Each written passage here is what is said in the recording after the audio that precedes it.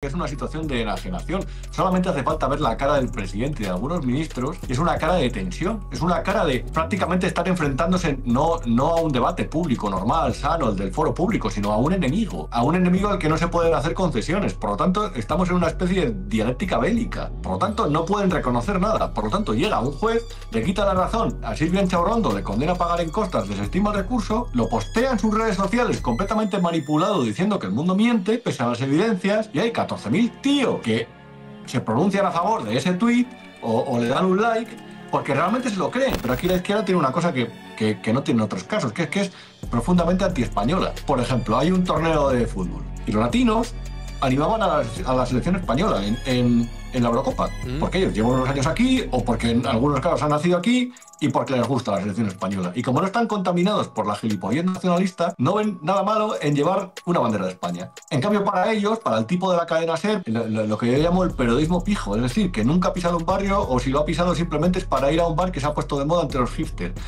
los que no pisan las tabernas. Y si no vas en metro y no te metes en las tabernas, no te vas a enterar de lo que pasa a pie de calle, no lo vas a poder contar. Y yo creo que en la cadena SER, pues no muchos pisan el metro. Claro, te dicen la bandera de España, fascista. Yo creo que hay que estar atentos a una cosa. Creo que en 2025 puede pasar algo parecido a lo del año de la pandemia, que a lo mejor estamos al borde de un desastre y no nos damos cuenta. Hace unas semanas el Tribunal Supremo de Rumanía de repente anuló el resultado de unas elecciones porque consideraba que a través de TikTok se habían producido injerencias de potencias como Rusia. El comisario europeo Bretón dijo el otro día que a lo mejor si se demuestra que en las elecciones de Alemania sucede lo mismo, que a lo mejor es que se puede llegar a tomar una medida parecida. Eso es gravísimo. Cuando el resultado de las elecciones te chirría porque la propaganda de un lado que no te conviene o que consideras inadecuado está presente, eso es muy grave.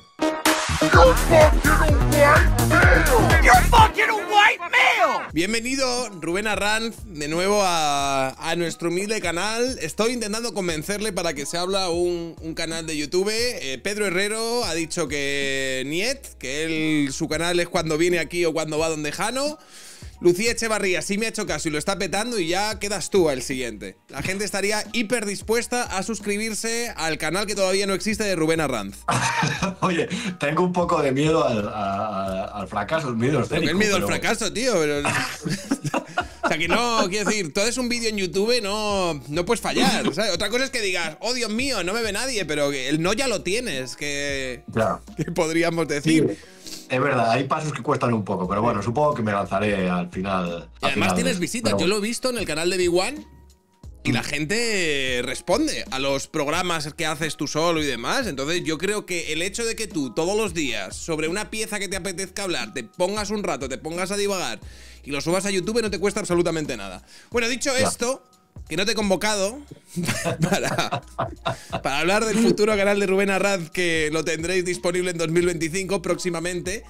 Hoy es un día especial porque ha salido la sentencia contra Silvia Inchaurrondo, bueno, a partir de una demanda que le había puesto al periódico El Mundo por informaciones sobre su salario y, bueno, ha tenido que pagar costas y demás, pero... ¿Por qué te parece relevante esta información teniendo en cuenta el personaje en el que se ha convertido Silvia Inchaurrondo, ¿no? Podríamos también luego analizar un poco la trayectoria de esta señora y en el símbolo de la PSOE que se ha convertido los últimos años. A mí sobre todo lo que me sorprende es que con los hechos a la vista, con los datos sobre la mesa, siguen intentando manipular al personal con todo tipo de argucias y tomando todo tipo de vericuetos para que piensen realmente que ella no gana lo que realmente gana. Porque al final todas las excusas que ha puesto contra el mundo son realmente lo que pretenden es desacreditar una información sobre su sueldo. Y su sueldo en 2 años son 537.000 euros, que factura a través de una empresa que se llama Sucum Comunicación, que gestiona junto con su pareja. Vamos a ir, porque realmente yo creo que al contrario que ella, que a sus solamente 300.000 espectadores, porque vamos a hablar de la gente que lo ve, que es que esto no es un producto de masas. El programa de Silvia Inchaurrondo lo ven 300.000 espectadores. Hay muchas mañanas que ve mucha más gente. Los vídeos de Alfonso Arús en La Sexta, que yo no sé a quién le puede gustar eso, pero bueno, que a Silvia Inchaurrondo. Es decir, es una audiencia reducida. Ella le toma el pelo todos los días a esa audiencia con manipulaciones. y no me gusta criticar a compañeros, pero es que en ese caso es una persona que entiendo que tiene cierto, se le puede auditar porque está cobrando con dinero público y porque está haciendo una función que yo creo que no le corresponde. Esta persona, entre otras cosas, yo recuerdo cuando eran las famosas manifestaciones de los tractores, que además yo creo que fue hace un año o dos, fue exactamente por estas fechas. Ella dijo, bueno, no se puede, a la vista de que las columnas de tractores estaban ocupando un espacio, ella dijo una cosa que se me quedó marcada porque es una cosa escandalosa. Dijo, bueno, a lo mejor ocupa más espacio, pero a lo mejor había más gente en las manifestaciones contra los recortes de la sanidad pública de la Comunidad de Madrid y parecía que había menos. Es decir, lleva tanto su causa ideológica cuando salió una cuestión de, yo creo que era de Begoña Gómez o de Coldo, ella de repente salió con el caso Neurona, el de Podemos. Que es cierto que luego después lo analizas cómo fue y pues es cierto que a lo mejor es cuestionable. Yo no lo niego, es decir, no entro en el fondo del asunto. Yo sí Pero que lo es que cuestiono. A mí lo del caso Neurona me parece. No me parece. O sea, quiero decir, están intentando vender que hubo un contubernio y un lawfare contra no. Podemos, pero a mí me parece que lo que hubo es una causa judicial que, como muchas otras causas judiciales, no acabó en nada, pero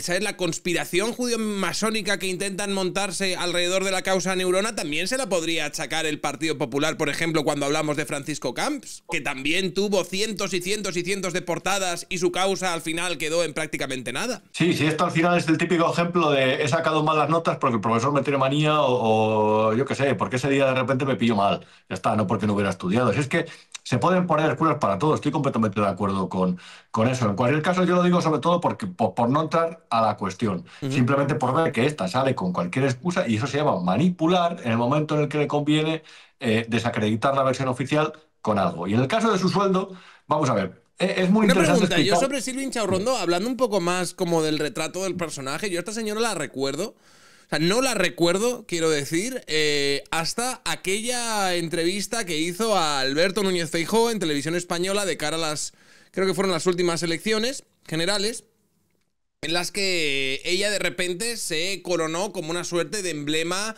de la izquierda progresista socialista en España. Y de repente Jordi Evo le dijo, ¡ay, madre mía! Esto sí que ha sido una entrevista rigurosa, la que lo ha hecho al líder de la oposición, Alberto Núñez Feijóo y demás, y a partir de ahí se convirtió en un símbolo que prácticamente toda cosa que tocaba se convertía en un viral para el progresismo en España. Ellos tienen, si te fijas, es que has nombrado a Évole, por cierto, que el otro día se sorprendía porque estaba España polarizada, ¿no? Y porque a lo mejor es que ya no nos podemos juntar con los que no opinan como nosotros o los que no votan sobre nosotros porque está polarizado. Pero Jordi Sí. Évole Tuvo no como ha esa contribuido a epifanía. eso. Fue muy divertido Es que porque llevó a Mario Vaquerizo a un clip suyo de una promoción y de repente, claro, todos los suyos empezaron, ¿qué haces con Mario Vaquerizo? Que es un facha, que es un farcista, que sale en el hormiguero, que es amigo del Jiménez Los Santos, tal. Y empezaron a... Y entonces, claro, Jordi Évole tuvo como ese momento, esa epifanía de, oh, Dios mío, ¿qué pasa? ¿Cómo es que los míos me están diciendo estas cosas a mí? ¿Qué polarización más fuerte hemos creado? Claro, mira, después de eso ha tenido que contratar Évole a dos asistentes para que le muevan las dos cosas tan gigantes que tiene ahí, porque hay que tener huevos grandes para ser Jordi Évole y decir eso. Porque Jordi Évole, vamos, o sea, no, recuerdo simplemente, entrevistó a Macarena Olona y después de la entrevista mandó a unas personas de su equipo a limpiar la silla y el suelo que había pisado. La silla donde se había sentado, el suelo que se había pisado, y lo grabó para ver, ojo, hemos entrevistado a alguien de la ultra turbo mega derecha, Sí. ahora vamos a limpiar aquí, no sea que nos contaminemos. Este tío es el que habla de polarización, el que entrevistó a Otegi, es que ha sido uno de los elementos más polarizadores él. Pero bueno, volviendo al caso de otra persona que no polariza, que es su ídolo, una de sus ídolos, como Silvia Inchaurrondo, todo esto empezó, es que la historia es más curiosa de lo que parece. Yo me acuerdo, a una fuente que yo tenía le pedí cuánto nos costaba el especial navideño de José Mota. Porque ahí me llamaba la atención que José Mota estuviera allí todos los años y luego es que no le volvemos a ver. Y habían dicho que tenía un castillo. Bueno, digo, a ver cuánto se lleva la televisión española. Y además me he sacado aquí los Excel, que los tengo por aquí. Me dijo, te voy a dar una sorpresa. Y me pasó en 3 hojas de Excel toda la contabilidad de RTV. Toda. O sea, ya fue una macrofiltración. O sea, yo creo que se le fue la mano un poco, la verdad. Y vi especial de fin de año de José Mota, año 2022. 982.865. Y estaba todo aquí. O sea, es que está la contabilidad de todo. Unos documentales de la BBC, 900.000 euros, un programa que es lamentable, que es de Mar Giró, 994.000, partido de la selección absoluta femenina 2023-2024, 1 millón de euros. Bueno, total, que de repente me pongo a buscar y por casualidad busco Silvia Chaurrondo. Y el apartado de Silvia Chaurrondo aluciné porque unos días antes de las elecciones se abrió la renovación de su contrato. Y eso es así, por mucho que lo niegue. Se abrió unos días antes de las elecciones generales. Y era una renovación a 2 años. Y recordemos que en ese momento las encuestas daban que el Partido Popular iba a poder gobernar. Por lo tanto, la primera conclusión que saqué es, coño, esta lo que está haciendo es asegurarse su posición, o RTV le está asegurando su posición en caso de que no ganen. Esa es la primera conclusión. Que realmente, luego al final, hay diferentes interpretaciones. Pero ese expediente aquí viene fechado en el mes de julio. Entonces estaba básicamente, por explicárselo a la gente, costaba de 537.000 euros por 2 años el contrato entre 2023, septiembre de 2023 y el día de septiembre de 2025, Sí. y básicamente tenía 2 partidas. Una era la de 260 programas presentados al año a 700 euros la unidad, total 364.000 euros en 2 años. Y luego le sumaban, yo creo, como premio, la codirección del programa, eran 11 meses por 7.881 euros al mes. En total, en 2 años, 173.514. Total, 537.514 euros. Y así publiqué ese dato. ¿Qué ocurrió? Que posteriormente El Mundo publicó... Además, yo lo publiqué dentro de una pieza, no tuve mucho ojo periodístico, la verdad. Por lo tanto, no se vio tanto. El Mundo fueron más listos, yo creo que mi fuente se lo pasó también al Mundo todo esto, y lo publicaron en el titular. Y lo asociaron a la realización de la entrevista de Núñez Feijóo, que fue muy crítica a Núñez Feijóo, la que tú decías, Sergio, Sí. que fue mucho más crítica, por cierto, que la que le hizo a Yone Belarra. ¿Casualidad? Pues no lo sé. Yo soy muy favorable de las entrevistas que aprietan. Y sobre todo más a los políticos que en campaña además lanzan muchas promesas y dicen muchas cosas que no son ciertas o que son pura demagogia o sofismo barato. Está bien. Yo esa entrevista, cuando la gente le empezó a criticar, no lo entendí. Ahora bien, ya cuando vi las posteriores entrevistas, las anteriores, y vi que se había milanado, que habían sido amables, dije, oye, esta no es una periodista, esta es una comisaria política. Entonces, claro, que su renovación se empezara a tramitar ahí, pues cuanto menos resultaba sospechoso. Ella dio su versión al Mundo, dio otras fechas, y el Mundo no solamente no las publicó, sino que accedió a reunirse con su pareja para que le diera su versión. Entonces, ella, pese a todo, como ella, claro, tenía que ganar el juicio popular, el juicio de los tuiteros, el juicio de los podemitas, pues básicamente lo que hizo es, primero, anunciar una denuncia, un escrito de rectificación que El Mundo no publicó, bien hecho, porque es que la información es así. Si es que, de hecho, si quieres hasta te lo puedo pasar posteriormente, pues si lo quieren enseñar. Es que la información está ahí, en la contabilidad de la casa. Y hay, de verdad, cientos de contratos, y qué casualidad, que todos son ciertos menos el de ella. Es que qué casualidad. Entonces, posteriormente lo que hizo fue mandar la rectificación al Mundo, se negó y le demandó. Y la jueza lo que ha dicho es que como las modificaciones que ella exigía de la noticia, que no alteraban su espíritu, que estaban introducidas por buena voluntad del Mundo, del periódico El Mundo y de sus periodistas, que no tenía lugar, que desestimaba el recurso de Inchaurrondo. Ella, por supuesto, como acostumbra, como siempre hace, ha manipulado y ha dicho que el Mundo manipula. El Mundo ha sido absolutamente escrupuloso a la hora de hablar de esa sentencia y sobre todo de las informaciones de Silvia Inchaurrondo. Además, la información aquí la dice, la justicia considera claramente documentado que la presentadora renovó por 537.000 euros el mismo día de su dura entrevista a Alberto Núñez Feijóo, en una sentencia que le condena a pagar las costas. Es que ahí está, claro, que ella está intentando hacer ver que la sentencia hizo una cosa diferente y que prácticamente le da la razón a ella, cuando un juez no te condena a pagar las costas y tú no tienes razón. Vamos, no lo sé, no soy un experto jurista, pero así a simple vista, blanco y botella. Entonces, claro, cuando ves ese tipo de cosas, muchas veces toman Pero sentido. ella un momento en sus redes ha publicado como un extenso tuit en el que ha dicho: el mundo miente de nuevo, solo una información falsa necesita ser rectificada y completada y corregida y aclarada. Voy a leer todo lo que ha puesto. Hace más de 9 meses presenté una demanda contra El Mundo por publicar una información falsa sobre mí. Tardó 7 meses en ser admitida. La semana pasada, el día 8 de enero, se celebró el juicio verbal. La sentencia tardó 2 días. La jueza dice en ella, refiriéndose al Mundo: habiéndose rectificado voluntariamente la información, completando la misma con fecha de firma de contrato y con el detalle de la forma de pago dependiendo del número de los programas realizados, no procede una nueva rectificación. Y añade, corregida y aclarada la información de forma previa y conforme a lo que se solicita ahora, no procede reiterar este derecho en vía judicial. Resumiendo, la jueza Noyo afirma que el mundo ha rectificado, completando, corregida y aclarada su información a lo largo de 4 días y por ello no admite lo que ella considera una nueva rectificación. Lejos de avergonzarse, el mundo pretende vender como triunfo lo que en realidad no es más que la evidencia de su mala praxis ya habitual. Feliz día, corazoncito, pone. Y tiene 14.000 faps de toda la Panther sincronizada de Twitter. Sí, claro, es que ahí está el otro tema. Hay un 28% de la población, que a lo mejor es más, que llega al 30%, que les cuelan todo, se creen todo. Esto se lo han tomado como una especie de causa contra los contrarios, en lugar de como un estado en el que todos vivimos y convivimos, y por lo tanto, cualquier cosa que les dicen se la tragan, se lo creen. Es decir, que ahora de repente, estaba leyendo antes una información del País que era acojonante, que básicamente desacreditaba por completo la instrucción judicial sobre el fiscal general del Estado y su imputación. Entonces, claro, decían, no se ha producido ninguna filtración y decían, Sí. el juez no ha admitido las informaciones de los buenos periodistas. Entonces, claro, eso se lo lanzan, eso que es una versión completamente sesgada de lo que ha ocurrido, porque básicamente, por lo que se le investiga, es porque hay unas informaciones que se sospecha que salieron de la Fiscalía y llegaron al Ministerio de la Presidencia y a partir de ahí se distribuyeron sobre Alberto González Amador, la pareja de Isabel Díaz Ayuso. Este es a lo que te refieres. Es un artículo que han publicado en Tribuna que dice: el fiscal general del Estado no ha revelado ningún secreto. La obligación de García Ortiz es perseguir el delito con todas las pruebas lícitas a su alcance, entre los que sin duda está el correo del abogado de González Amador. Y te pone una foto, ¿no?, solemne del fiscal, vestido con Claro. su toga y haciendo su trabajo. Esto Y eso se lo, es el país. Claro, hay que interpretar un poco el mensaje sobre cómo lo recibe esa gente.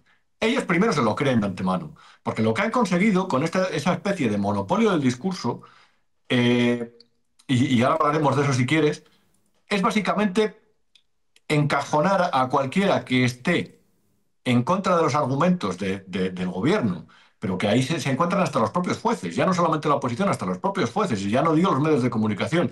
Les han encajonado en el terreno de los ultras, de los descerebrados, de los que se dejan llevar por la ira y por la mentira, por la falacia. Entonces, a partir de ahí, cualquiera que se salga del terreno que ellos consideran de la verdad es considerado prácticamente como un traidor.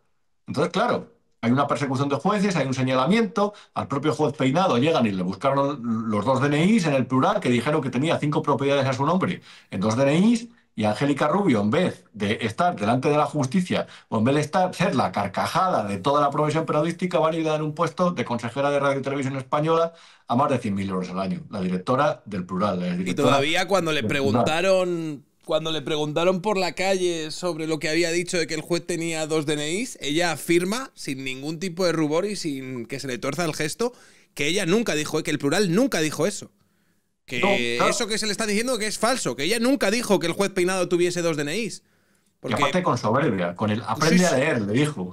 aprende a leer, se reía así, ponía así como una voz de villana de Harry Potter, decía cosas. Es que era algo. También lo he detectado esto, por ejemplo, en Ana Pardo de Vera, ¿sabes? La estridencia con la que muchas veces hacen todos estos gestos y defienden cosas que son difícilmente defendibles, porque es que están ahí, todo el mundo los hemos visto, que esto es algo que yo he visto que esta gente está empezando a hacer.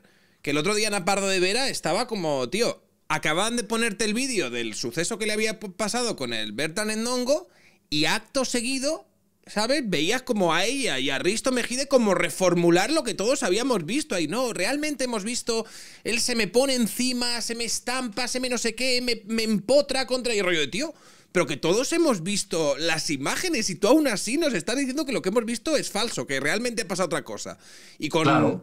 Y con esta señora, con la señora del plural, exactamente lo mismo. Decía, no, pero que yo no he dicho nunca eso de los 2 DNIs, ese rollo. Pero que es que no solo lo has dicho, sino que lo has repetido y habéis escrito artículos hasta la saciedad y aún así lo niegas directamente y no pasa nada. Sábado por la mañana. Creo que fue el sábado 1 de noviembre, si no me equivoco, o 2 de noviembre.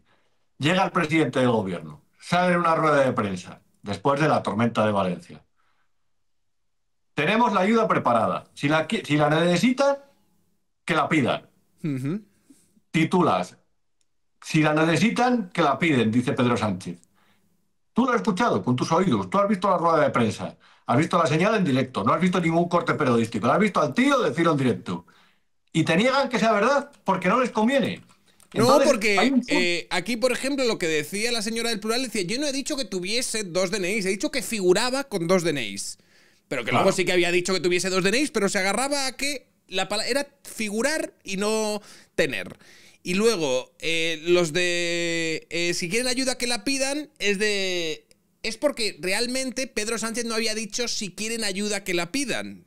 Había dicho si necesitaban algo que lo pidan. Es decir, se agarran a una tecnicalidad en plan de exactamente no es lo mismo para intentar generar un relato de que la derecha, la ultraderecha, todo el fango y todas las fake news están generando un terrible relato contra el presidente, manipulando y mintiendo. Y el rollo, no, los que estáis manipulando y mintiendo sois vosotros. claro. Yo creo que hemos entrado, sinceramente, dada la enajenación en la que han caído, porque es una situación de enajenación. Solamente hace falta ver la cara del presidente y de algunos ministros, y es una cara de tensión, es una cara de prácticamente estar enfrentándose no a un debate público normal, sano, el del foro público, sino a un enemigo al que no se pueden hacer concesiones. Por lo tanto, estamos en una especie de dialéctica bélica. Por lo tanto, no pueden reconocer nada. Por lo tanto, llega un juez, le quita la razón a Silvia Enchaurrondo, le condena a pagar en costas, desestima el recurso, lo postea en sus redes sociales completamente manipulado diciendo que el mundo miente, pese a las evidencias, y hay 14.000 tíos que se pronuncian a favor de ese tuit o le dan un like porque realmente se lo creen. Y seguramente en la próxima campaña electoral a lo mejor le ponen de ejemplo. Los periodistas de la fachosfera persiguen a los buenos periodistas que son los que están contando la verdad. Y luego ves cada mañana el programa de Silvia Chaurrondo y alucinas porque ella es la moderadora de una mesa de debate y nunca modera. Da sus opiniones y da sus opiniones completamente progubernamentales, porque yo nunca le he visto en ninguna opinión. A lo mejor es que no lo veo todos los días, no hago ese acto masoquista de ver un programa de televisión de Silvia Chorrón todos los días, lo siento, pero nunca le he visto dar una opinión contra el gobierno. Por lo tanto, es una comisaria. Y ahora, que me consta que quieren ponerle, cuando el jefe de informativos de RTV se va a ir entre abril y julio, no se sabe todavía muy bien, no lo quieren confirmar, están jugando un poco al gato y el ratón. En cuanto se vaya, a esta le quieren poner a presentar el TD2. Se le han sugerido. El TD2, que es el telediario de las 9 de la noche. Yo realmente no sé si va a aceptar, porque ahí se puede editorializar menos que por la mañana. Ahora bien, conociendo a esta gente, a lo mejor también lo hace allí. Porque es que, reitero, es que ellos no están hablando, es decir, como si fueras Zelensky y tuvieras que referirte a los informativos o los discursos a Rusia. Evidentemente, si tienes a una serie de gente luchando en el frente y una serie de población sufriendo desde cortes eléctricos, una economía de guerra, tú no vas a hacer ninguna concesión al enemigo en tu discurso. Ellos se lo han tomado igual y están tan completamente enajenados, y no digo que una parte de la derecha no esté también así, ojo, pero ese entorno del gobierno, ese entorno social, político, mediático, ya no te digo los Adán Barroso, los Gonzalo Miró y demás luminares de Occidente, están en un estado tan completamente enajenado que se piensan que rectificar ante un error, o que reconocer que la justicia les ha quitado la razón, o que reconocer que la mujer del presidente del gobierno está siendo investigada, o que reconocer que el maestro Herbert von Azagra, el hermano de Pedro Sánchez, se está riendo de nosotros porque le han dado una plaza, presuntamente, la han creado para él, o reconocer que mientras estábamos encerrados en casa durante el COVID y se estaban repartiendo presuntas comisiones por los millonarias por el control de las mascarillas, reconocer los presuntos pisos para las prostitutas que tenían en Madrid, reconocer lo de que a la famosa Jessica se le estropeó el frigorífico y contrató con Coldo, con los de la trama, para que se lo apañaran, porque entre los propios de la trama demostró la Guardia Civil que le pagaban el piso a esta señorita, que era la presunta señorita de Ábalos, la que mantenía una relación normal. Reconocer eso para ellos es una concesión al enemigo. Por lo tanto, lo que han optado es por la negación de la realidad. Y yo digo una cosa, siempre la digo en estos casos, la negación de la realidad en realidad es un síndrome psicológico, psiquiátrico. Y el aterrizaje a la realidad es duro. Hay jaquecas, hay determinada depresión. Esta gente, cuando se caiga del caballo, cuando vea realmente lo que ha estado defendiendo, cuando vea que han estado estafando, cuando surjan las condenas y sean completamente inapelables, lo va a pasar muy mal, porque ha estado completamente engañada. Y ese PSOE, ese sentimiento de, de izquierda comunitaria, no sé cómo llamarlo, de ¿cómo lo llamo? De cerrar filas en torno al líder, porque se considera que es el único líder que nos va a salvar del enemigo facha. Eso primero da lugar de cierto subdesarrollo intelectual y segundo da lugar de un país que ante las dificultades que ha vivido, en vez de reforzarse, se ha debilitado porque se ha entregado a cosas que son realmente de un espectáculo de guiñoles, joder. No sé si has visto un reportaje que habría salido hoy en la cadena SER, que yo lo estaba escuchando mientras entrenaba y me quedaba un poco a cuadros porque tenía algunos clips, era sobre la juventud, ¿no? Entonces decía, los jóvenes fachas, en plan como que... Y hablaba sobre lo preocupante que es que cada vez haya más jóvenes de derechas y que explicasen o que... Y hay una parte en la que sale una de las, no sé si una de las profesoras, una de las expertas hablando al respecto y estaba hablando de... Es que fíjate, cada vez veo más a jóvenes con la bandera de España, ¿no? Como en la pulsera, como una pulsera con la bandera de España. Entonces, la señora hablaba del hecho de que cada vez vea más jóvenes, incluso inmigrantes, con la bandera de España como símbolo o en la pulsera y demás, y hablaba de lo muy preocupante que es eso, y llega a decir en plan, estos chavales no se dan cuenta de los símbolos que llevan. Hablando, claro, entonces el hecho de que hagan estas piezas, ¿crees que tiene que ver con un cambio de paradigma? No se han enterado muy bien de el caldo de cultivo que han ido generando en los últimos años y dónde están. Me parece que están todos un poco desubicados, como un poco mareados, defendiendo lo que tienen, que ahora mismo es el gobierno de España, pero sin saber un poco dónde está el termómetro social ahora mismo. Eso es muy interesante, porque, a ver, la izquierda española tiene algunas particularidades que realmente conviene destacar. Es verdad que, entre otras cosas, está influenciada por la izquierda francesa. De hecho, como motivo de la muerte de Jean-Marie Le Pen, leí algunas cosas interesantes sobre el análisis de cómo surgió esa ultraderecha en Francia, o esa derecha radical, o como que le queramos llamar. Y es verdad que en un principio venía de ese espacio de los partidarios de Gaulle, de los que consideraban que dejar Argelia había sido una especie de humillación, de los que consideraban que Francia merecía una posición más importante en el mundo, y eso posteriormente, cuando se vio, cuando Marie Le Pen vio realmente que eso dejaba de dar réditos electorales, porque entre otras cosas Sarkozy hubo unas elecciones que le robó una buena parte de los votos a ese espacio, lo que vio es que eso había que reformularlo y había que redirigirse a espacios donde la izquierda había ganado la batalla. Entre otros era, por ejemplo, se dirigía a los inmigrantes, que consideraba que eran muy interesantes desde el punto de vista electoral, la izquierda, y a las minorías, eso, a los grupos, por eso, al feminismo, al Ujú. colectivo LGTBI y compañía. Porque habían visto que esa derecha de Marine Le Pen había pegado un giro y había empezado a hablar de causas económicas, de obrerismo, de la situación de los barrios, de la degeneración de la seguridad, de las cuales básicamente que ve el ciudadano. Y a partir de ahí la izquierda se inventó un nuevo paradigma de compartimentalizar la sociedad, de dividirla en grupos y de dirigirse a determinados colectivos, que eso se ha copiado en España. Pero aquí la izquierda tiene una cosa que no tiene en otros casos, que es profundamente antiespañola.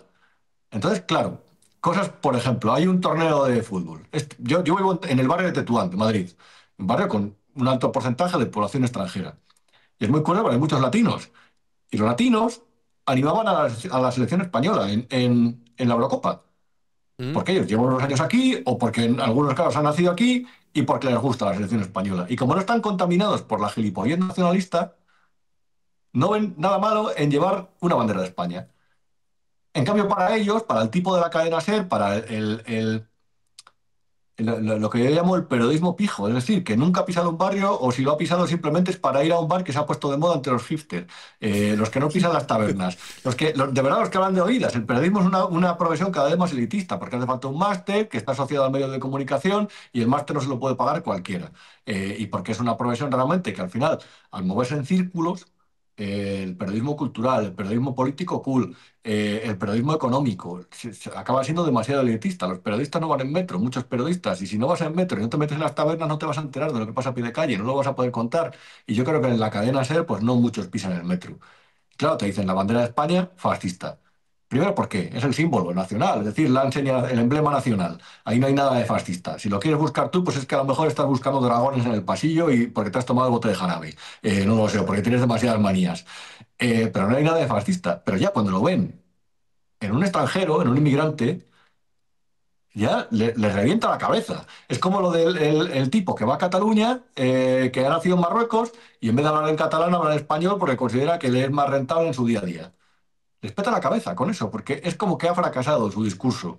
Y realmente, cuando después de años machacando a la juventud, yo recuerdo que me escribía correos electrónicos, perdón, acabo mucho, Sergio. No, no, no, no. Me escribía un padre correos electrónicos y me Sí. decía, mira, te voy a pasar me mandaba copias escaneadas de los libros y de los cursos que les daban a los chavales en un instituto público de San Sebastián de los Reyes, creo que era de Alcobendas. Y estaba todo lleno de ideología. Cuando no era una charla trans, era una charla sobre el feminismo, sobre igualdad. Entonces, claro, había un punto que el joven que se enfrenta a la realidad, que sale a la calle y dice, ¿pero esto qué es? Si no sirve para nada. Entonces, claro, hay una reacción lógica que es la de, para mí la más acertada, que es la de seguir siendo crítico con las ideologías, que es lo que siempre hay que ser, tener un discurso práctico, liberal, moderado, bla, bla, bla. Pero yo no puedo imponer a nadie lo que yo considero. Pero hay gente que lo que considera es que se ha radicalizado en otro sentido. Y hay gente simplemente que lo que hace es una reacción en contra de todo eso. Así, tú me dices que yo no lleve la bandera de España porque es facha. Aquí tienes la bandera de España, me la pongo en las dos manos con la pulsera. Porque evidentemente esa izquierda, como vive en una burbuja de élite, vive fuera de la realidad, lo que ha generado es una sensación de rechazo, porque la gente no se siente integrada en eso porque no existe. Joder, tú cuando empezaste el canal, Sí. que era el momento en el que, como dice Fernando, el perroflautismo estaba, es decir, se hablaba de las cenas de Nochebuena, del perroflautismo, una gran tragedia nacional. No se podía cuestionar el 8M. Cuando la gente se opuso a la manifestación del 8M de la pandemia, les llamaron fascistas. Uno se inventó un tal Miguel Lacambra para mentir sobre la manifestación. O sea, se volvieron locos. No se podía. Y poco a poco eso se va desterrando. ¿Por qué? Porque se ve que es una cosa absolutamente disparatada y no funciona. Y entonces, claro, yo creo que están confrontando eso. Están viendo que la realidad se les va de las manos porque lo que decían ellos casualmente no es real. Y ahora con el cambio de tendencia que ha sucedido, por ejemplo, a partir de este vídeo que se grabó Mark Zuckerberg admitiendo implícitamente, pues sí, las redes sociales teníamos mucha presión de los gobiernos para los fact-checkers, todas estas cosas, vamos a implementar, vamos a volver de nuevo a una línea de libertad de expresión y a implementar las notas de la comunidad que ha traído Elon Musk, que claro que para esta gente Elon Musk es una especie de super nazi, ¿sabes? Que está intentando derrocar la democracia de todo Occidente y todas estas cosas.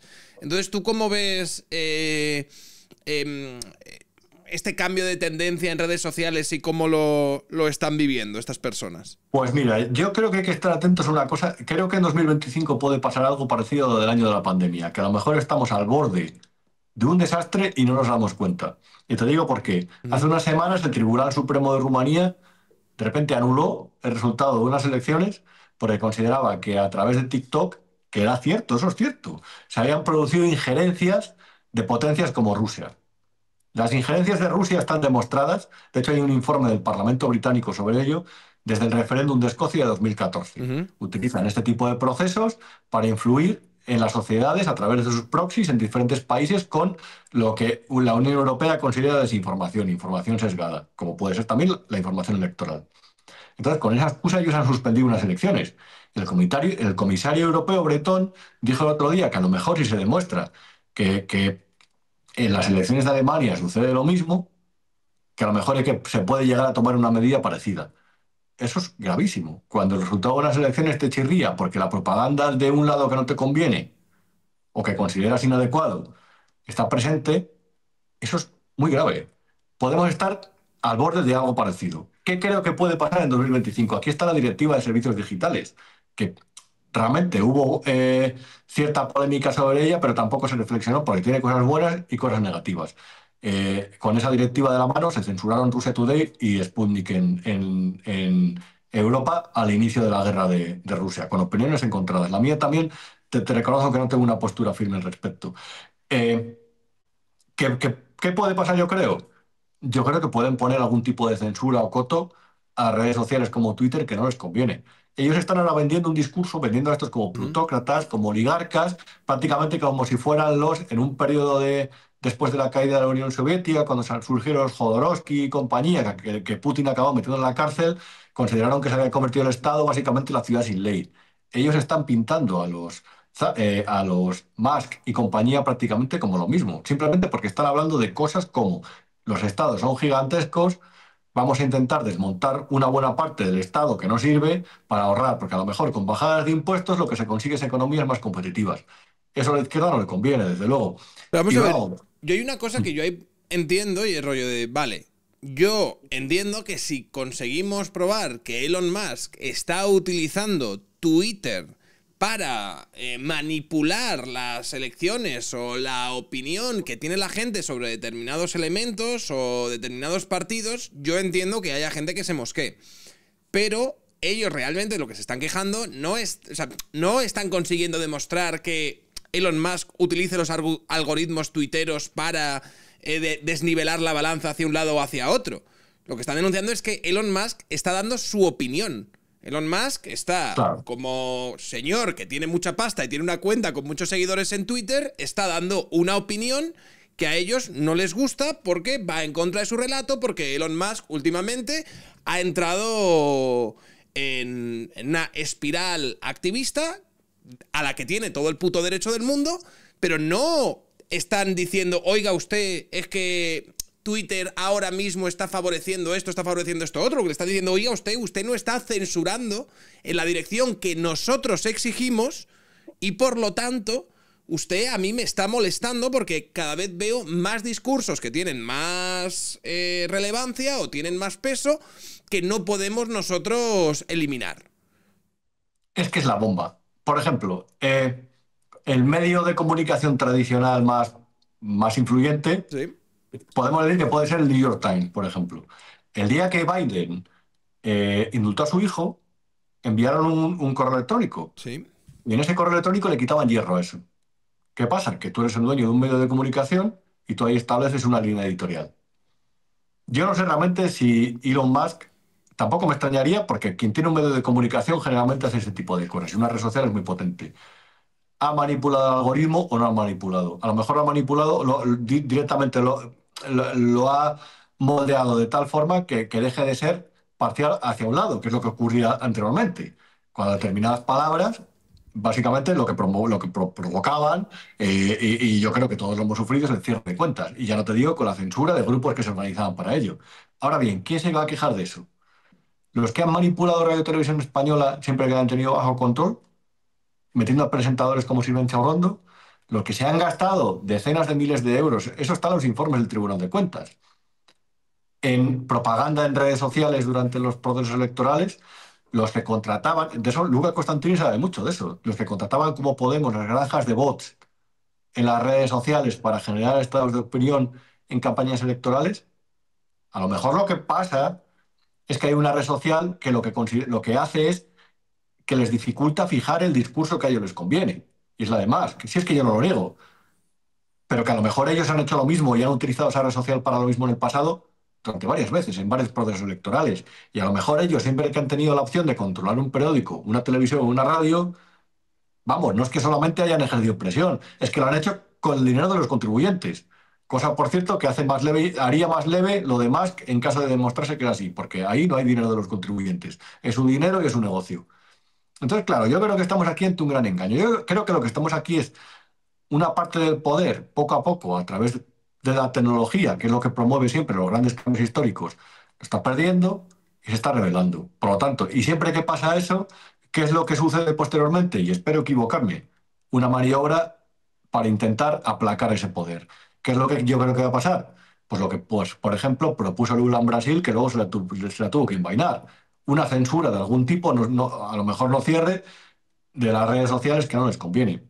A mí los movimientos de Guardian, La Vanguardia y compañía marchándose de Twitter me huelen un poco a eso y sería un completo escándalo porque sería tratar a los ciudadanos como estúpidos una vez más, que es lo que hacen constantemente, pero ahora en el terreno digital, que es por cierto lo que ha hecho que mucha gente joven haya visto una verdad que sus padres, por ejemplo, a través de los medios tradicionales, de los mítines, del discurso político, no vieron.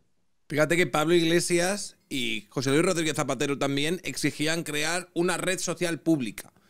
Porque era terrible, ¿no? Que es que claro, que esté en manos de grandes oligarcas protofascistas y ricos insaciables y CEOs de grandes empresas. No, debería haber una red social pública controlada por los ciudadanos. ¿A ti qué te evoca eso? Porque yo creo que, claro, yo no sé si realmente son tan ignorantes como para entender que el problema de crear o no crear una red social pública no es tanto que el Estado cree una red social, sino el hecho de que la gente vaya a utilizarla y que hay señores que son 150.000 millones de veces mucho más brillantes que ellos, que están trabajando en redes sociales, que es la que son atractivas para los usuarios y que por eso los usuarios están en ellas. Entonces eso es, a mí era una parte que no entendía, porque decía, vamos a ver, es obvio que tú puedes crear ahora tu Twitter público Podemita, pero el problema es que de tu Twitter público Podemita es que vais a estar tú y tu colega, ¿sabes? Y 4 gatos más, no va a haber absolutamente nadie usando esa red social. Entonces tú puedes crear todas las redes públicas del mundo, que el problema es que no van a tener los millones de usuarios que tienen las redes públicas que sí que usamos. Y luego la otra era decir, bueno, a lo mejor lo que está queriendo comunicar este tío, lo que está queriendo decir entre líneas, es que deberíamos tener un control mucho más férreo sobre las redes sociales para poder controlarlas de acuerdo a las necesidades de la gente, es decir, de nosotros. De nosotros, es que ahí está, claro. Bueno, podemos coger la idea de la red social pública y podemos poner, por ejemplo, a Carla Galeote Sí. a dirigirla. O a la chica esta que presenta, se apellida Arroyo, pero no sé muy bien el programa Laura Arroyo, sí. de Laura Arroyo. O podemos poner a Idafe. Idafe es muy bueno, de moderador Idafe. Es decir, Sí, además ahora Idafe no está en el país, ¿no? Está un poco bala perdida por ahí. claro, efectivamente, podemos decir que es una red social pública de proyección europea. Y además podemos prohibir el resto de las redes sociales públicas. Claro. Entonces, básicamente, para que la gente interactúe en la red social pública que nosotros queremos. Podemos hacer, por ejemplo, a lo mejor una aplicación en la que nos gastemos una pasta para que cuando hay una pandemia sepamos si hemos estado, nos la instalemos todos en el teléfono móvil para saber si hemos estado en contacto de forma estrecha con alguien que estuviera infectado y que nos lo dijera por colores. Y vamos a meter un pastizal en esa aplicación. Y estoy seguro que va a funcionar. Eso ha pasado. Y como fue un desastre y como fue cutre, vamos a ver, yo no sé si has visto, Sergio, es que lo público no funciona y lo digital es una cosa completamente bochornosa. Se hacen contratos, se tiran los precios, Sí. o no se tiran, los adjudicatarios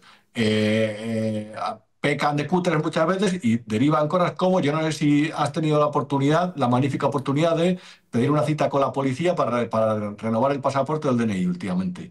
Es una No, no he página tenido que el gusto. si entras, mira, si te animo a entrar, solicitar cita, renovación, DNI. De verdad, es una página que parece de 1997.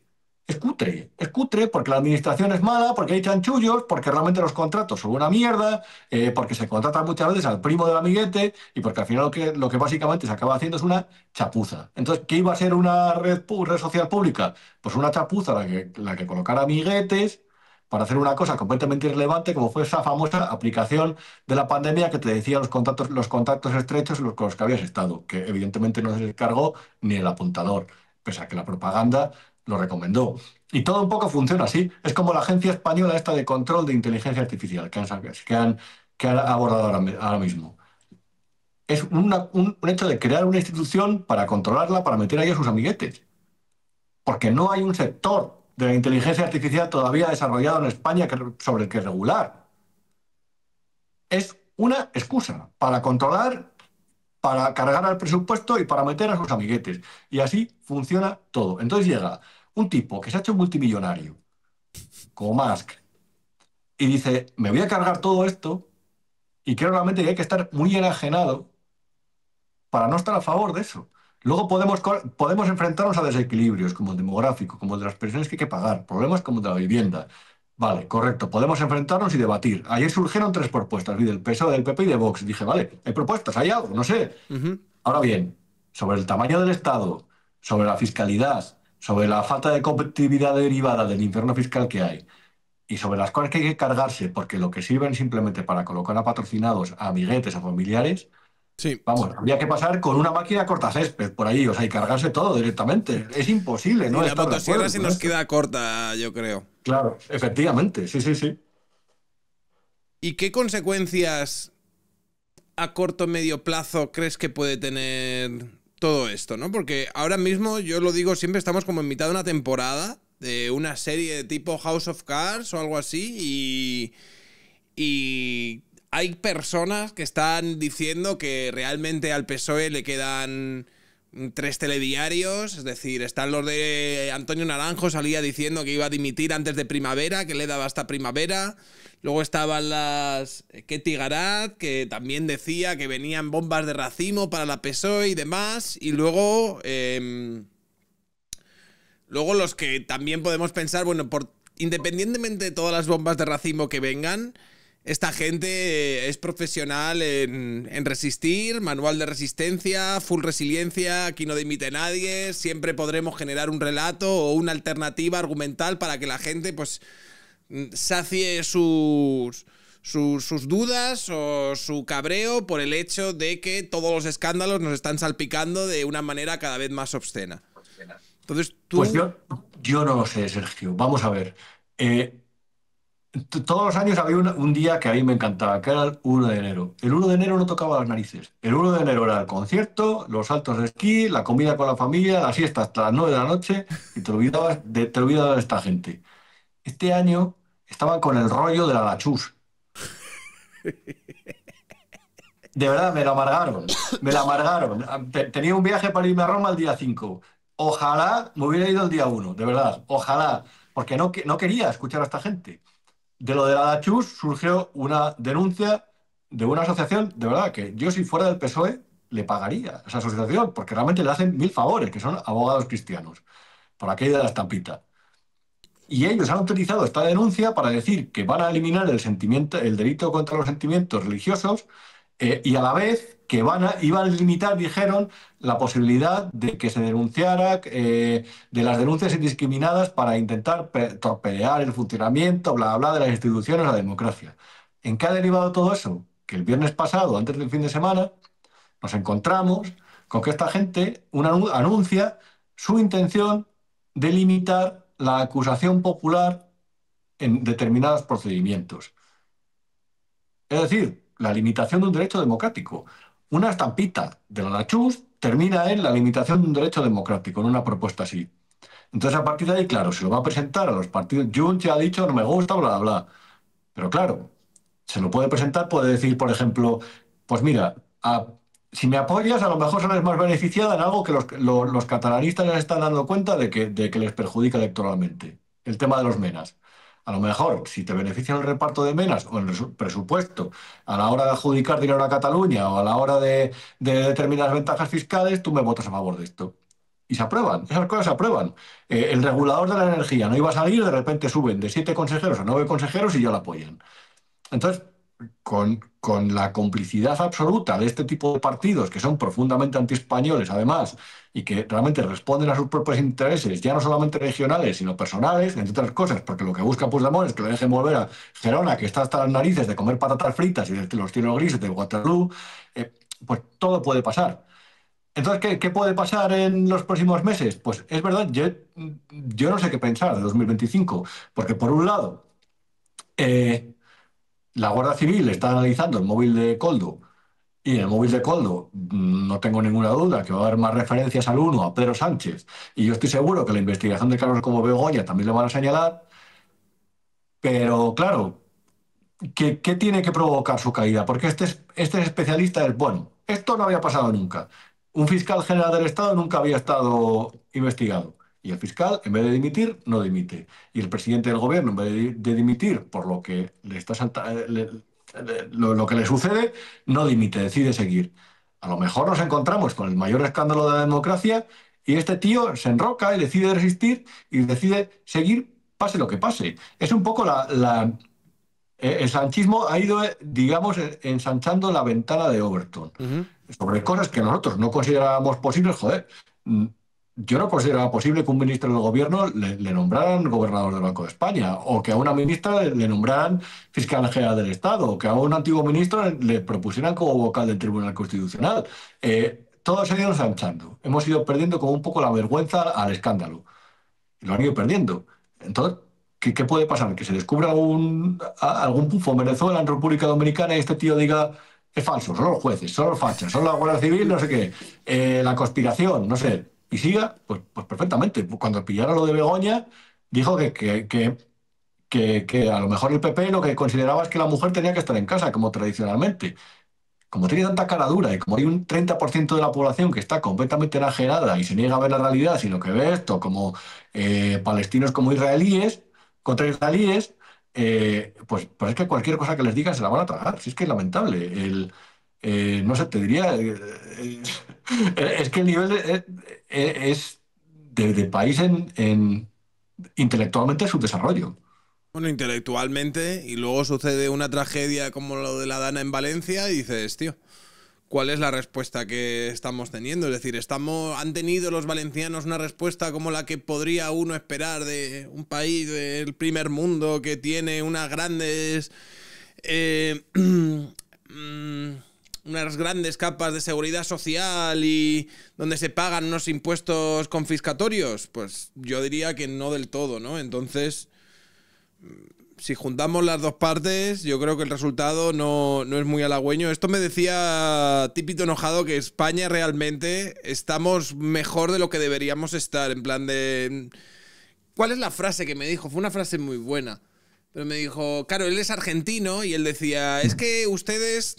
Claro, en plan, ustedes están disfrutando ahora mismo de un bienestar y demás que está por encima de lo que ustedes se merecen por las gestiones y los gastos que tienen y demás. Lo que pasa es que tienen a Europa al lado que dicen, bueno, a ver, ¿qué ha hecho el primo tonto ahora? Anda, venga, anda, bueno, pues toma por aquí, toma por acá y tal. Pero realmente estamos viviendo en un poco en una ficción sostenida porque tenemos la suerte de pertenecer a la Unión Europea que... Por ahora nos sostiene la fiesta, pero a ver qué va a pasar cuando la fiesta dejen de sostenerla. Claro, ahí está. Pero lo de los impuestos es uno de los debates, por ejemplo, que no se puede tocar. Y con el tema de la Dana es muy significativo sobre cómo al final, después de enfrentarnos a un infierno fiscal, reitero, infierno fiscal, cualquiera que haya tenido, ya no solamente por lo que paga, cualquiera que haya tenido relación con la agencia tributaria, con una inspección, sabe realmente a lo que puede llegar, hasta qué punto puede llegar, y llega un momento en el que necesitas que te operen de urgencia por algo, o necesitas simplemente una prueba, necesitas, yo qué sé, o sea, cualquier cosa, o sea, hay carreteras que están en un estado escandaloso, necesitas cualquier cosa de la administración, necesitas que en un momento en el que ha caído la mundial, se han muerto 200 personas a tu alrededor y tu pueblo ha quedado completamente anegado por el agua y embarrado, no hay nadie. El otro día James Wood, que había sido muy crítico con los impuestos tan altos que se pagan en California, dijo, pero si es que está aquí de incendio, lleva días, la han destruido esta casa, la otra, la mía, la de tal, y pese a los impuestos que pagamos, aquí no nos hemos tenido que salvar entre nosotros porque el Estado no ha venido por aquí, es decir, el pueblo ha vuelto a salvar al pueblo. Entonces, ¿para qué pagamos tantos impuestos? Y llegan los memos de estos, y en vez de ver realmente lo que ha dicho, le señalan y dicen, este es el James Wood que dice que no hay que pagar impuestos. Pues por no pagar impuestos, los impuestos que se debe para mantener un departamento de bomberos, precisamente le ha pasado eso en su casa. Sí, recuerdo a Víctor Egio y otros podemitas profundos mantener esa línea. Claro, entonces dices, al final Milei iba a tener razón cuando decía, a esta gente no se le puede dar un milímetro. Porque es que es verdad. Y es que lo hemos visto también con la sentencia de Inchaurrondo. Es que lo retuercen todo. Son incapaces de tener esa honestidad de cuando te equivocas, simplemente, no sé, reconocerlo. O de ver que en un debate público hay diferentes ideas, diferentes posturas y gente que no opina como tú, pero que tiene derecho a estar y a debatir. No, yo realmente al final me voy a creer que aspiran a aquello de la dictadura del proletariado, joder, porque entre los ataques a los medios, a los jueces, entre lo que opinan y lo que manipulan la realidad y la enajenación, ya espero que sea transitoria, en la que están. Yo creo que va a haber que dar la razón a Milei, que no hay que hacerles mucho caso, que simplemente hay que hacer actuar y que ladren, porque de verdad, o sea, están en posturas completamente irracionales, nos van a hacer creer en la astrología o alguna cosa así, yo qué sé. Dice el futuro, viene pronto. Oye, Rubén, pues muchas gracias por pasarte un rato por aquí y nada, en cuanto decidas abrirte el canal de YouTube, que no lo has hecho todavía, que tampoco cuesta nada, ¿sabes? Es simplemente ponerte 10 minutos y ya estaría. Les mandaremos a la gente para que se pueda suscribir. Pues muchas gracias por eso y oye, por invitarme, como siempre. Un abrazo. Besito muy fuerte, Rubén. Chao, chao. Adiós.